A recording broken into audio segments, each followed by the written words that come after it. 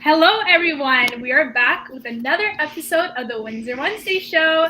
Thank you so much for joining us on today's Windsor Wednesday Show and for being part of the hashtag You and Proud community.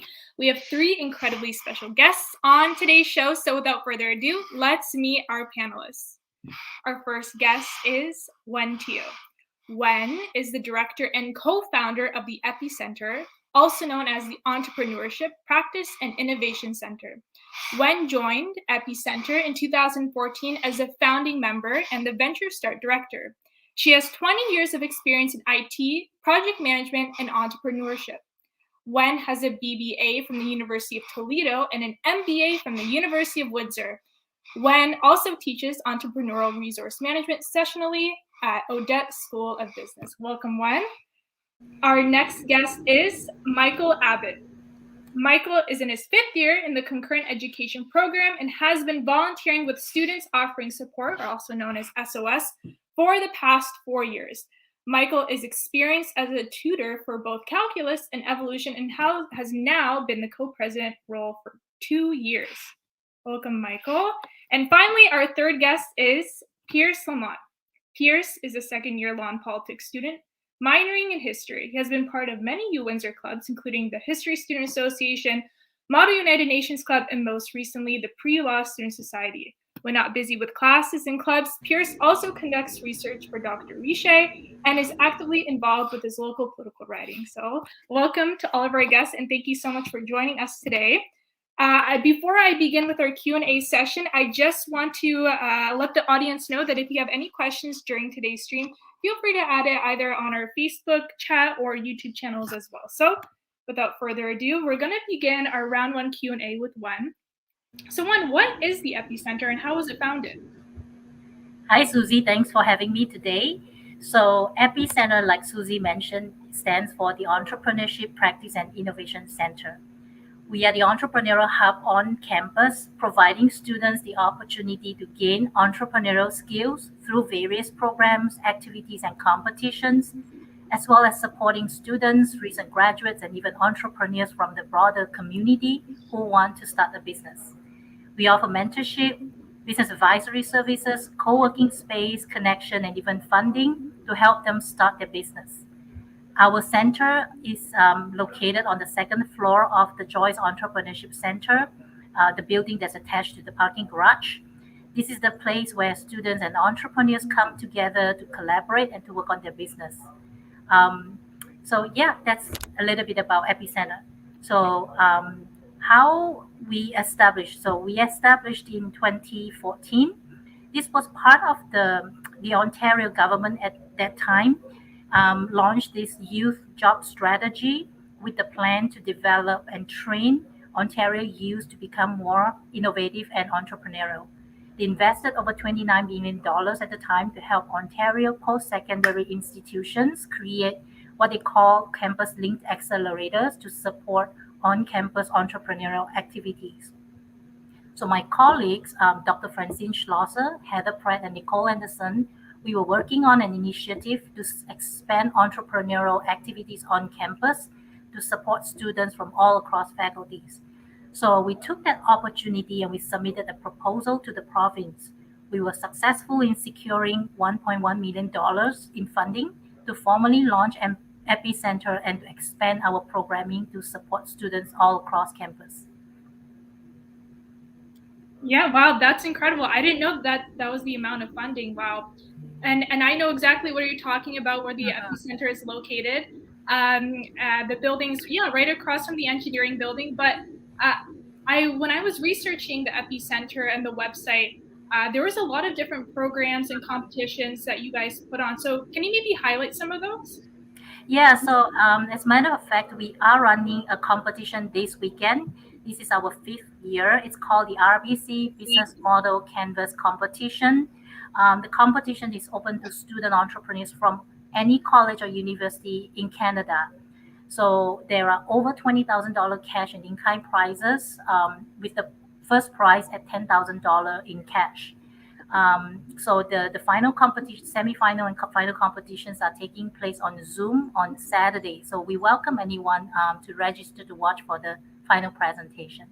That's one of the competitions that we run. We have a lot of programs, all cater to different students with different interests and working at the different stages in their business startup cycle. Um, I guess I can highlight a couple.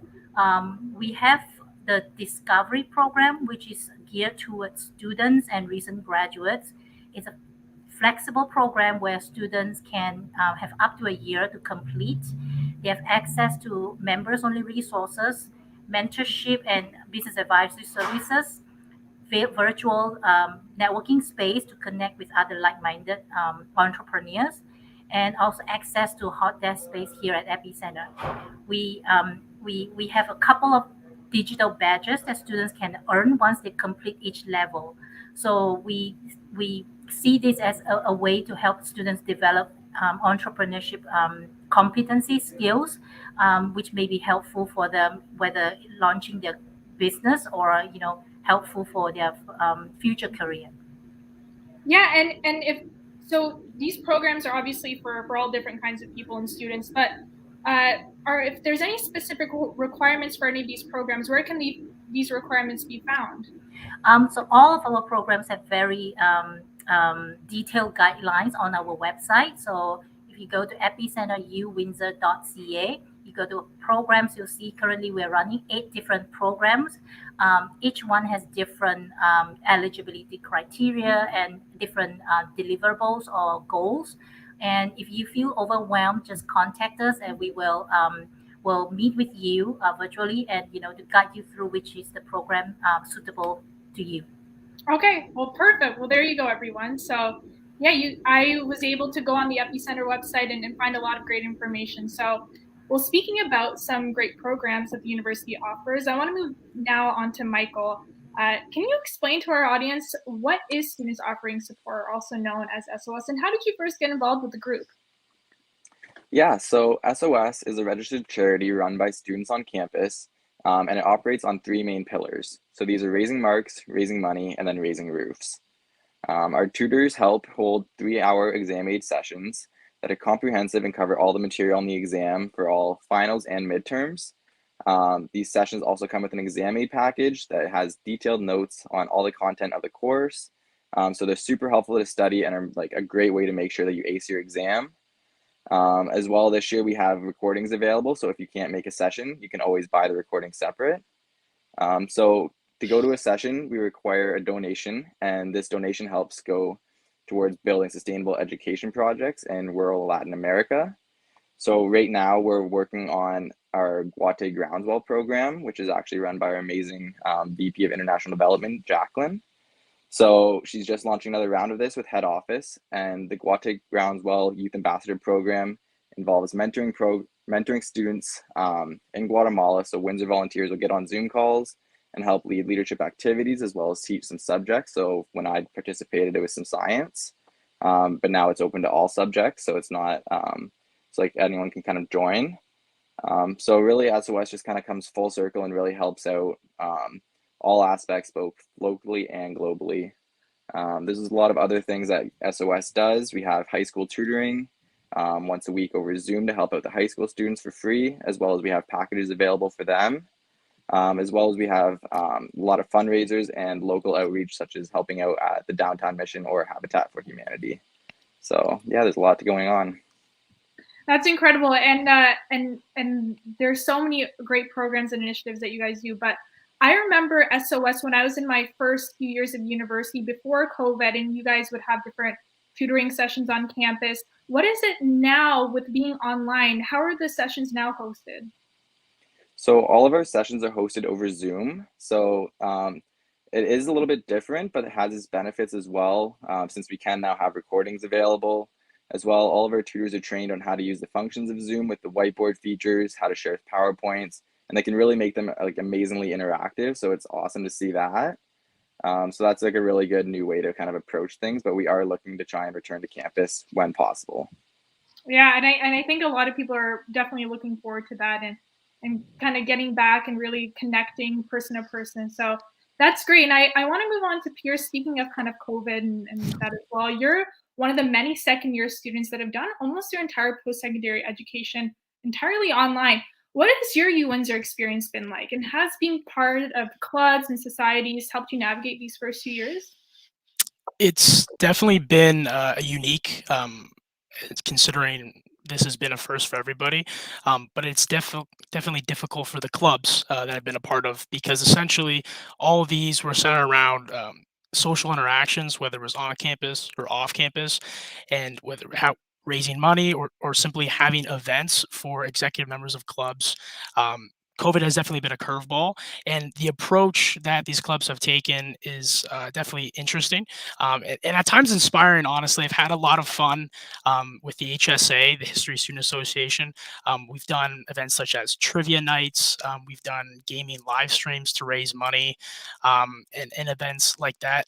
Moving forward this year, now that I'm my second year, the university has allowed us to meet off campus, which has definitely made things better for myself. I'm a huge extrovert. I love talking to people, getting to know people, and that's why it's hard, as a new student coming to school and trying to meet people.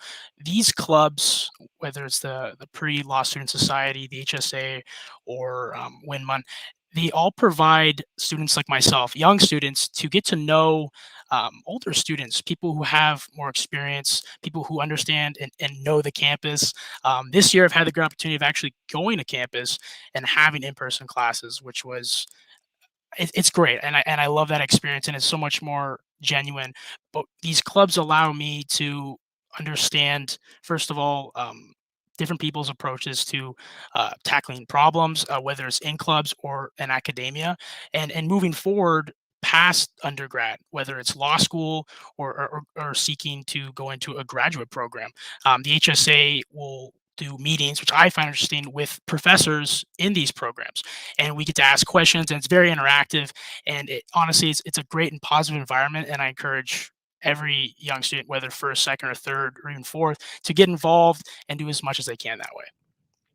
Yeah, absolutely. And it's funny you mentioned that because, well, for the audience, Pierce and I are both part of the Pre-Law Student Society, and it's definitely been an interesting time where I've never met Pierce, but we've known each other through being on Zoom calls or things like that. So I think it's definitely a connection that we're all looking forward to, and we chatted about this with Michael already, but it's going to be an interesting new semester when things like really begin picking up back on campus again. So that's really awesome, Pearson, and thanks so much for chatting about that. We're going to move back on to Wen, but before I do, we had a shout out from Mo, says go Pierce. So thanks, Mo. And if anyone else wants to shout out any of our guests today, go for it. So back Thanks, to Mo. Wen. When I was researching the EPICentre, there was something called the Makerspace. What is this? So the makerspace is usually a collaborative space where they have high-tech and low-tech equipment and tools for like-minded people to come together to experiment and to make cool stuff. So in our makerspace, we have 3D printers, a laser cutter, sewing machine, and some simple hand tools that students can use to make certain things. The space is located in engineering buildings and Center for Engineering Innovation. It's currently closed because of COVID-19. We used to host what we call Make It and Take It workshops, where attendees come and they learn how to make certain gadget, and they get to take home away whatever that they make. Since the pandemic, we were able to do some online workshops, various topics such as how to use Autodesk Fusion 360, DIY touchscreen, and workshops like that. So we have tutorials, and we post videos of past webinars on the website, so be sure to check it out. We are currently in the process of moving to a new location, still at the engineering building. It's being finalized, so we hope that we will be able to open the space again in winter 2022. Absolutely. I hope so too. And we already chatted about where people can find about the EPICentre and the programs you offer. But what's the next big event coming up? Anything this fall or anything in the winter coming up that students should know about? So like I mentioned earlier, we are gearing up for the competition this Saturday. This week happened to be Global Entrepreneurship Week, and we are partnering with our other organizations like We Tech Alliance, Small Business and Entrepreneurship Center, and Genesis Entrepreneurship Center to host first ever Founders Week YQG. The This week, from started on Monday, and we have lots of events, fireside chats, up until Saturday, and with our business model canvas competition. So if you go to Google and you look for Founders Week YQG, you'll see a link that you can register. It's free to anyone to attend. There are lots of good events and fireside chats and panel discussions. So be sure to check that out. Incredible. Yeah. Well, that's really exciting. First ever Founders Week, and you're working with those other great initiatives in Windsor, Essex. So yeah, we'll definitely have to post that information for any of our audience that wants to know a little bit more about that. So thank you, Wen. But we'll quickly go back to Michael right now. When I was also researching a little bit about SOS, and you already talked about this as well, the money that you raise helps support students in Guatemala. But you kind of talked about the other initiatives. What are those big events that you guys are putting on to fundraise? Yeah, so SOS does hold a ton of fundraisers. We just wrapped up in October one of our biggest fundraisers of the fall semester. It's called Race to Guatemala. So this has been a 5K virtual walk, run, jog, whatever you want to do. That's been raising donations to help support these students in Guatemala. So for the past 2 years, we've raised about $1,600 or $16,000 total. So a lot of money has been raised through this. Our volunteers have done a great job supporting and promoting this. As well, upcoming, our next event is at Rev's Rose Bowl. We have a bowling night on November 21st. I think it's from 1 to 3 p.m. And we actually have some early bird tickets. So if you want to get your tickets on sale, check that out before Thursday, because that's when the sale ends. So you can find more information about that on our social media. So if you follow at Windsor SOS, there'll be a lot more information. As well, in the past, we've also held some yoga nights. So we had sunset yoga in the park.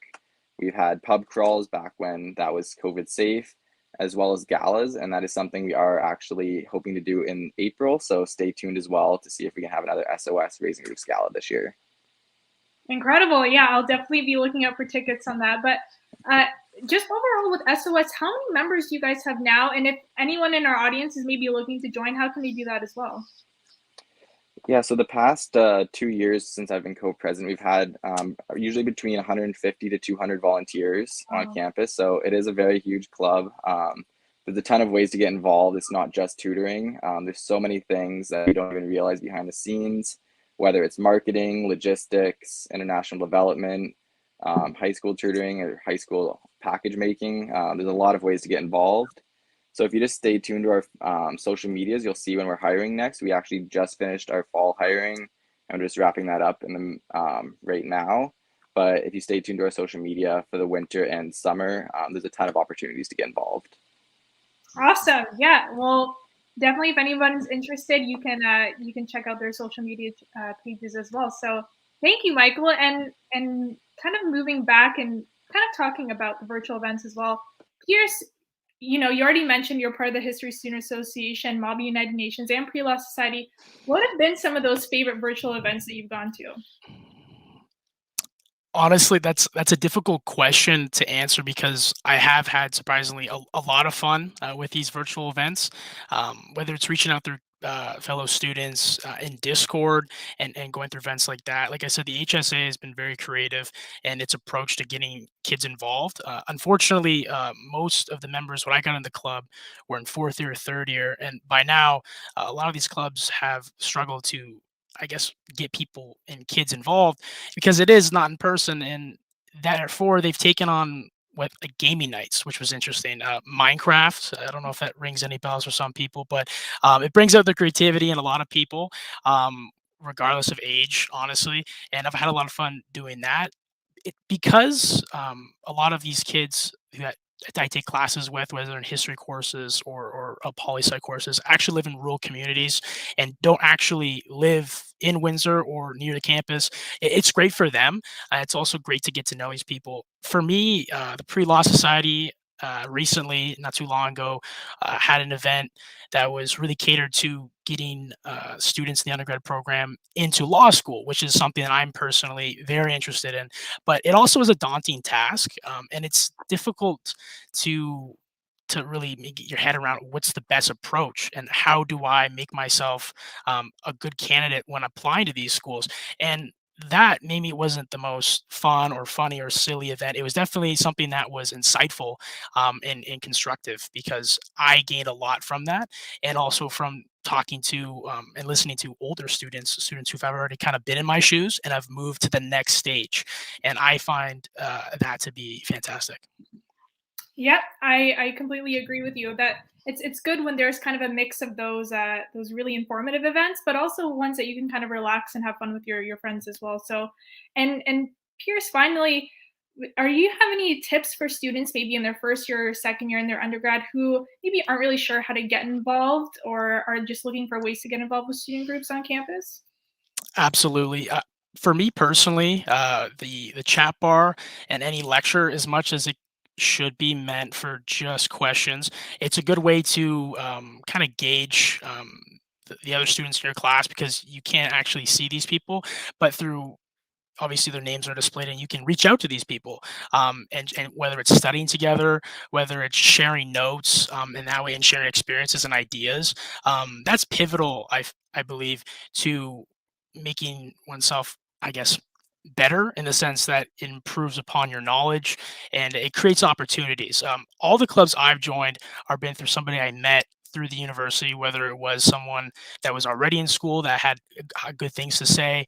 Mike Critchley comes to mind when I think of the Pre-Law Student Society.